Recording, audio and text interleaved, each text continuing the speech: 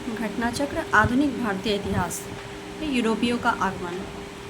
Vasco da Gama Gujarati पथ प्रदर्शक अहमद इब्न मजीद की सहायता से भारत के पश्चिमी तट पर स्थित बंदरगाह कालीकट पर 20 मई 1498 ईस्वी को पहुंचा।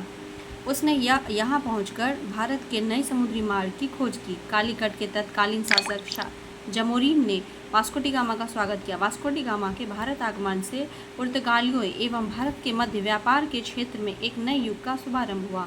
वास्को डी गामा ने काली मिर्च के व्यापार से 60 गुना अधिक मुनाफा कमाया, जिससे यह पुर्तगाली व्यापारियों को भी प्रोत्साहन मिला। 1505 में फ्रांसिस्को द अल्मोड़ा भारत में प्रथम पुर्तगाल वायसराय एवं गवर्नर बनकर आया। व्यापारिक हितों के परिप्रेक्ष्य में हिंद महासागर में प्रभुत्व स्थापित करने के लिए अल्मीड़ा ने ब्लू वाटर पॉलिसी अर्थात शांत जल की नीति का प्रतिपादन किया। अल्मीड़ा के बाद अल्फांसो द अलबुकर्क 1509 में गवर्नर बनकर आया। उसने 1510 में बीजापुरी शासक यूसुफ आदिल शाह से गोवा छीनकर अपना अधिकार में कर लिया। इसे भारत में पुर्तगीज शक्ति का वास्तविक संस्थापक माना जाता है। अलबुकर्क को वास्तविक संस्थापक माना जाता है। अलबुकर्क ने 1511 में दक्षिण पूर्वी एशिया की महत्वपूर्ण मंडी मलक्का एवं 1515 में फारस की खाड़ी के मुहाने पर स्थित हरमुज पर अधिकार कर लिया। अलबुकर्क के बाद प्रमुख गवर्नरों में से एक नैनो डी कुन्हा था। यह वर्ष 1529 से 1538 तक गवर्नर था। पुर्तगाली यात्री वास्को डी गामा ने भारत के मार्ग की स्पेन यात्री कोलंबस ने अमेरिका की वास्को डी गामा ने भारत की, स्पेन यात्री कोलंबस ने अमेरिका की, ब्रिटेन के कैप्टन कुक ने ऑस्ट्रेलिया की तथा हॉलैंड के तस्मान ने वान डिमन्सलैंड वर्तमान में तस्मानिया तथा न्यूजीलैंड की खोज की। पुर्तगालियों के भारत में प्रथम यूरोपीय दुर्ग का निर्माण अल्फांसो दी अलबुकर्क इस समय गवर्नर नहीं था, 1503 में कोचीन में कराया था। अंजी द्वीप एवं कन्नानोर में पुर्तगाली दुर्गों का निर्माण फ्रांसिस्को द अल्मीड़ा द्वारा 1505 में कराया गया था। मध्यकालीन में सर्वप्रथम भारत के व्यापार संबंधी स्थापित करने वाले पुर्तगाली थे। भारत में यूरोपीय व्यापारिक कंपनियों के आगमन का क्रम है। पुर्तगीज, डच, अंग्रेज, डेन और फ्रांसीसी। भारत में पुर्तगाली सबसे पहले 1498 में आए, सबसे अंत में 1961 में वापस गए।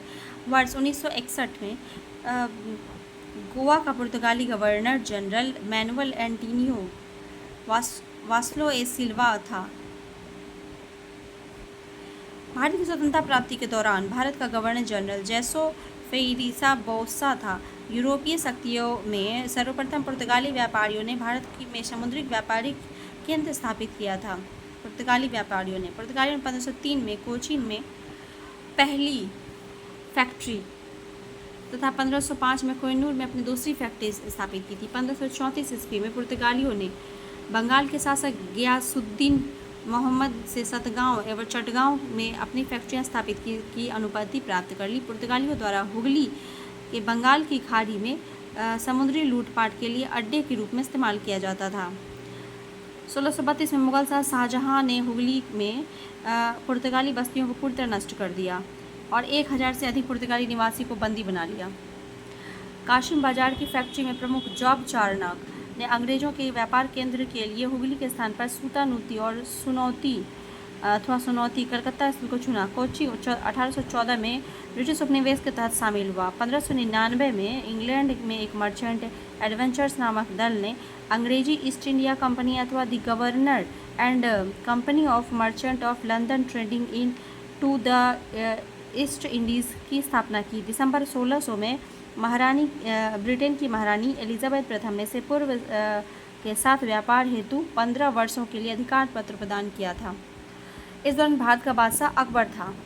लिवेंट कंपनी को 1593 में स्थल मार्ग से भारत में व्यापार करने का अधिकार पत्र प्राप्त हुआ। जहांगीर के शासनकाल में इंग्लिश ईस्ट इंडिया कंपनी ने सर्वप्रथम 1611 में मछलीपट्टनम में एक अस्थायी कारखाना स्थापित किया। 1613 में 1611 में मछलीपट्टनम में, 1600 सूरत में स्थापित किया। 1613 में प्रथम स्थायी कारखाना था सूरत में डचों द्वारा फैक्ट्री 1616 में, जबकि फ्रांसीसियों द्वारा 1668 में, फ्रांसीसी द्वारा 1668 में, सूरत द्वारा 1616 में स्थापित की गई।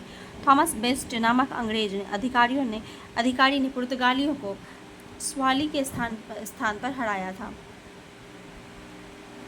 राजकुमारी कैथरीन से होने वाले चार्ल्स को बम्बई उपहार के रूप में प्राप्त हुआ था, जिन्होंने 1668 में 10 पाउंड किराया देकर ब्रिटिश ईस्ट इंडिया कंपनी को दे दिया। बम्बई के अंग्रेज गवर्नर जॉन चाइल्ड ने 1688 में बम्बई और पश्चिमी समुद्र तट के मुगल बादशाहों को घेरा डाला तथा मक्का जाने वाले हज यात्रियों को बंदी बनाने का प्रयास किया था। फलस्वरूप से औरंगजेब ने भारत से निष्कासित करने का आदेश दिया था।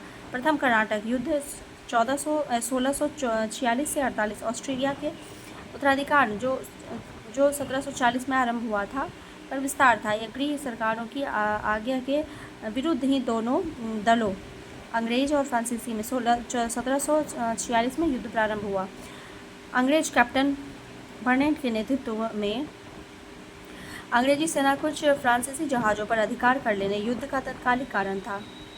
प्रथम कर्नाटक युद्ध के समय ही कर्नाटक के नवाब अनवरुद्दीन ने महफूज खां के नेतृत्व में 10,000 भारतीय सेना को फ्रांसीसी पर आक्रमण करने के लिए भेजा। कैप्टन पैराडाइज के नेतृत्व में फ्रांसीसी सेना ने अडियार नदी पर स्थित सेंट थॉमस नामक एक स्थान पर नवाब की सेना को पराजित किया। यूरोप में युद्ध बंद होते ही कर्नाटक का प्रथम युद्ध समाप्त हो गया। स्लापला की संधि से ऑस्ट्रेलिया के उत्तराधिकार का समाप्त हुआ तथा मद्रास अंग्रेजों को पुनः प्राप्त हो गया। डुप्ले ने पहली बार हथ करने का प्रयोग किया, जो भारत को जीतने के लिए अंग्रेज के मार्गदर्शक बने। यह डुप्ले ही था जिसने पहली बार यूरोपीय सेना को भारतीय राज दरबारों में भारतीय व्यय पर नियुक्त करवाया, जिसने पहली बार यूरोपीय हितों के लिए भारतीय राजनीति में हस्तक्षेप किया तथा भारत में यूरोपीय साम्राज्य की नींव रखी। लुई 14वें के मंत्री कॉलबर्ट द्वारा 1664 ईस्वी में फ्रेंच ईस्ट इंडिया कंपनी की स्थापना हुई, जिसे कंपनी देश इंदेस ओरिएंटलेस कहा गया। फ्रांसीसी कंपनी का निर्माण राज्य द्वारा हुआ, राज्य ही इसका सारा खर्चा देता था। 1667 ईस्वी में फ्रांसिस कैरो के नेतृत्व में एक अभियान दल भारत के लिए रवाना हुआ, जिसमें 1668 में सूरत में अपने पहले व्यापारिक केंद्र का स्थापना किया। मरकारा गोलकुंडा के सुल्तान ने एक अधिकार पत्र प्राप्त कर 1669 में मसूलीपट्टनम में दूसरी फ्रांसीसी कोठी स्थापित की। डचों ने अपनी प्रथम फैक्ट्री की स्थापना मसूलीपट्टनम में की थी। डचों ने बंगाल की पहली कंपनी पीपली में 1627 में स्थापित किया। इसके कुछ ही दिनों बाद डच पीपली से बालमोर चले गए, परंतु बंगाल में डचों का व्यापार सही ढंग से 1653 ईस्वी में शुरू हुआ, जब उन्होंने चिंसूरा में अपनी कंपनी स्थापित। चिंसूरा के डच किले को गुस्तावुस फोर्ट के नाम से जानते थे।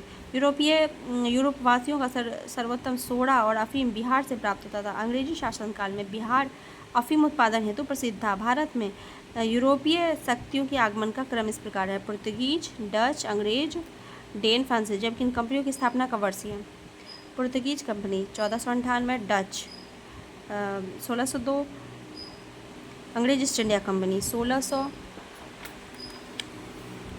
डेन ईस्ट इंडिया कंपनी 1616 और कंपनी देश इंदेस ओरिएंटलेस 1664।